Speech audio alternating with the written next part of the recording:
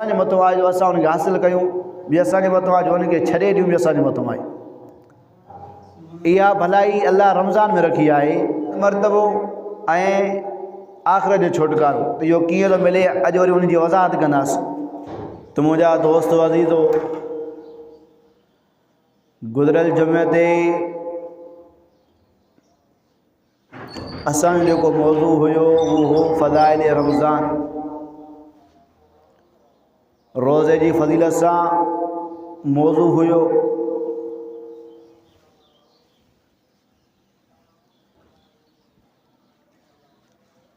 पोइ हुन मौज़ू जे अंदरि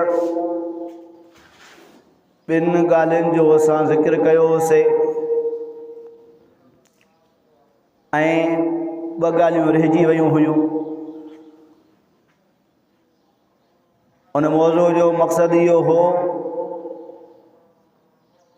त हर इबादत में मख़सूस 4 ॻाल्हियूं हूंदियूं आहिनि। त उन रोज़े में बि 4 ॻाल्हियूं मख़सूस हुयूं, जन जे मुतलिक़ पहिरियों असां अर्ज़ु करे चुका आहियूं ऐं वरी अॼु उन ॿिनि मख़सूस ॻाल्हियुनि जे बारे में अर्ज़ु कंदासीं। तो रोज़े में उहे 4 मख़सूस ॻाल्हियूं कहिड़ियूं आहिनि ऐं उन सां गॾोगॾु असांजी तक़रीर जो उनवान आहे एतिकाफ़ जी फ़ज़ीलत बि। रोज़े जो मुख़्तसिर बयानु करे उन खां बाद में एतिकाफ़ जे मुतलिक़ अर्ज़ु रखंदासीं ताकि एतिकाफ़ जी तयारी बि करे सघूं असां। वरी ईंदड़ जुमे ते इंशाअल्लाह अगरि अल्लाह चाहियो त लैलतुल क़दर जे हवाले सां बयानु थींदो ऐं शेर ख़ुदा हैदर करार हज़रत अलीउल मुर्तज़ा रज़ी अल्लाह ताला अन्हु जी बि शहादत जो ज़िक्र थींदो।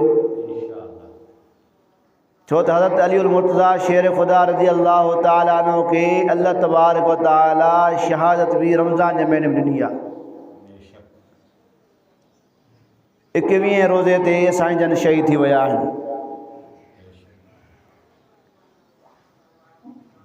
तो बहरहाल मुंहिंजा दोस्त अज़ीज़ो,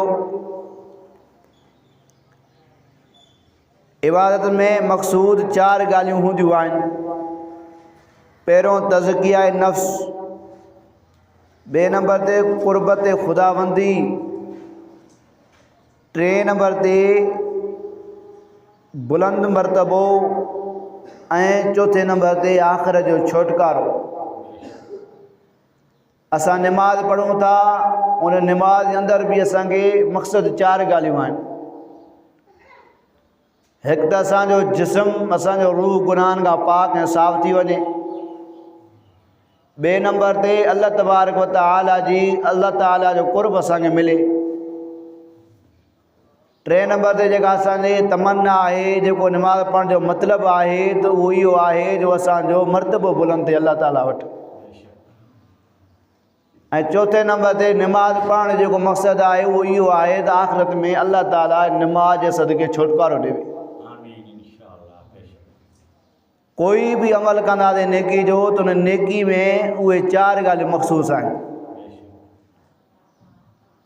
इरादो इन 4 ॻाल्हियुनि जो हूंदो आहे, जेको बि पोइ असां अमल कंदा आहियूं उहो 4 ॻाल्हियुनि जो अमल इरादो करे कंदा आहियूं त असांजो नफ़्स पाक थिए, अल्लाह जी मुहबत हासिलु थिए, असांजी अल्लाह ताला वटि इज़त वधे ऐं आख़िरत में अल्लाह ताला असांखे कामयाबु करे।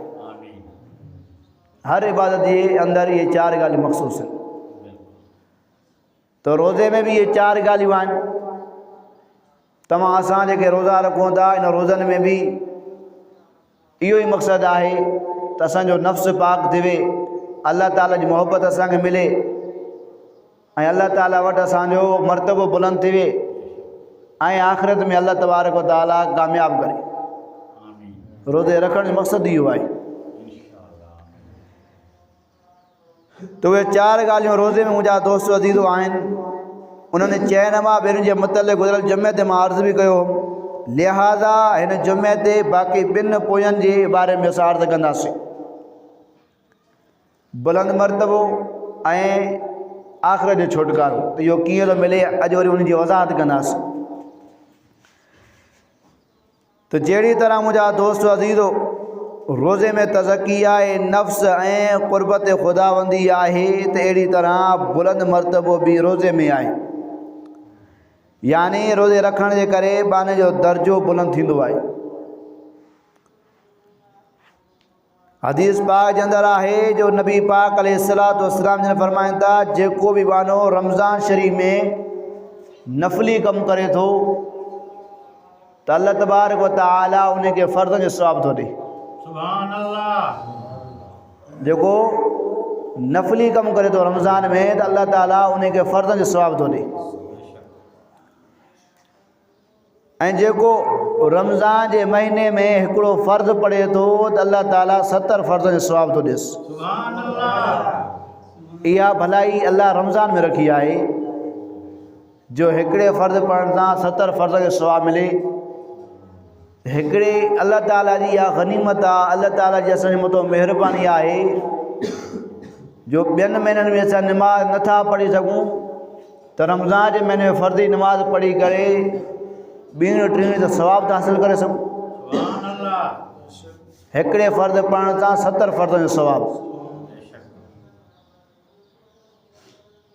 त मुंहिंजा दोस्त अज़ीज़ो मौक़ियो आहे पोइ असां हिन महीने में नमाज़ पढ़ूं, ॿियनि में अल्लाह तबारक व तआला हिन महीने जे करे आदत विधो, हिन महीने में शुरू कयूं जो हिन जे अंदरि सवाब तमामु ज़्यादा आहे। नफ़िल पढ़ंदासीं त फ़र्ज़ जो सवाब अल्लाह ताला ॾे थो, फ़र्ज़ जो सवाब। हालांकि फ़र्ज़नि जो दर्जो नफ़िलनि खां मथे आहे।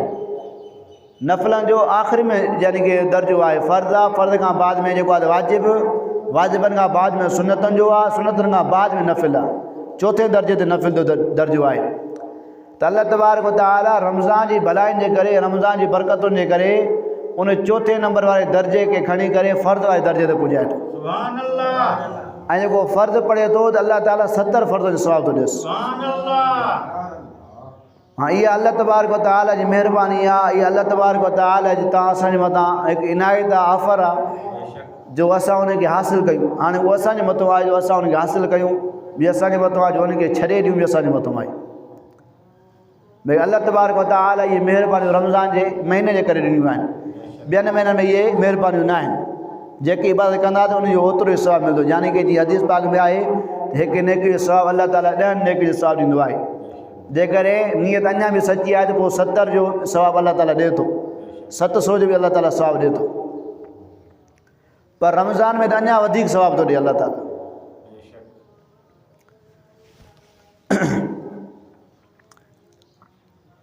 मालूम थी चुको मुंहिंजा दोस्त अज़ीज़ो त रमज़ान जे करे अल्लाह पाक बाने जे सवाब खे वधाए थो जो हिकु फ़र्ज़ जो सवाबु 70 फ़र्ज़ जे बराबरि।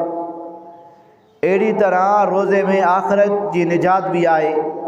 रोज़े रखण जे करे इंसान खे आख़िरत जो छुटकारो बि हासिलु थिए थो। हदीस पाक में आहे जो नबी पाक अलैहिस्सलातु वस्सलाम जिन फरमाइनि था, अस्सियामु जन्नतुम व हस्नुन हसीनुम मिनन नार। रोज़ो दोज़ख खां ढाल आहे। जीअं ढाल जे ज़रिए इंसान पंहिंजे जिस्म जी हिफ़ाज़त कंदो आहे, जीअं हाणे त उहे ढाला तव्हां असांजे ज़माने में न आहिनि। नबी पाक अलैहिस्सलातु वस्सलाम जे ज़माने में ढाल हूंदी, हिकिड़े थाल जे मिसाल वांगुरु। वरी पोइ जंगनि में अक्सर हिकिड़े हथ में उहा ढाल हूंदी हुई, हिकिड़े हथ में तलवार हूंदी। जीअं ॿियो को तलवार जो वार कंदो हो त उहो ढाल जेके आहे अॻियूं झले करे बीहंदो हो, तलवार उन ढाल खे लॻंदी हुई, पोइ उहो माण्हू बची वेंदो हो। माना त नबी पाक अलैहिस्सलातु वस्सलाम जन उन ढाल जो मिसाल ॾींदे फरमायूं, अस्सियामु जुन्नतुन व हस्नुन हसीनुम मिनन नार। रोज़ो बि अहिड़ी तरह ढाल आहे जहन्नम जी बाग, दोज़ख जी बाग आहे। रोज़ो ढाल आहे। अहिड़े तरह रोज़े जे ज़रिए बाने खे दोज़ख खां निजात मिले थी पई। बाने खे रोज़े जे करे बाने खे जहन्नम खां निजात थी मिले। ऐं रोज़ो बाने खे दोज़ख खां हिकु मज़बूत कोट बि आहे जो मालूम थी चुको त रोज़े में आख़िरत जो छुटकारो रखियलु आहे। आख़िरत जो छुटकारो इहो आहे जो जहन्नम खां बचाए थो। जहन्नम जी बाहि जे अॻियां ढाल थी त बीहे, जहन्नम जी बाहि जे अॻियां हिकु वॾो कोट ऐं क़िलो बणिजी थो वञे रोज़ो। ऐं गुज़िरियल जुमे ते मां हिकु हदीस बि पढ़ी हुअमि जो रोज़ो क़यामत जे ॾींहुं अलाह ताला सिफ़ारिश बि कंदो सुभान अल्लाह। त अलाह मूंखे हिन निभायो आहे, अॼु मां हिन सां निभाईंदुमि जो मुंहिंजे करे हिनखे माफ़ु कर।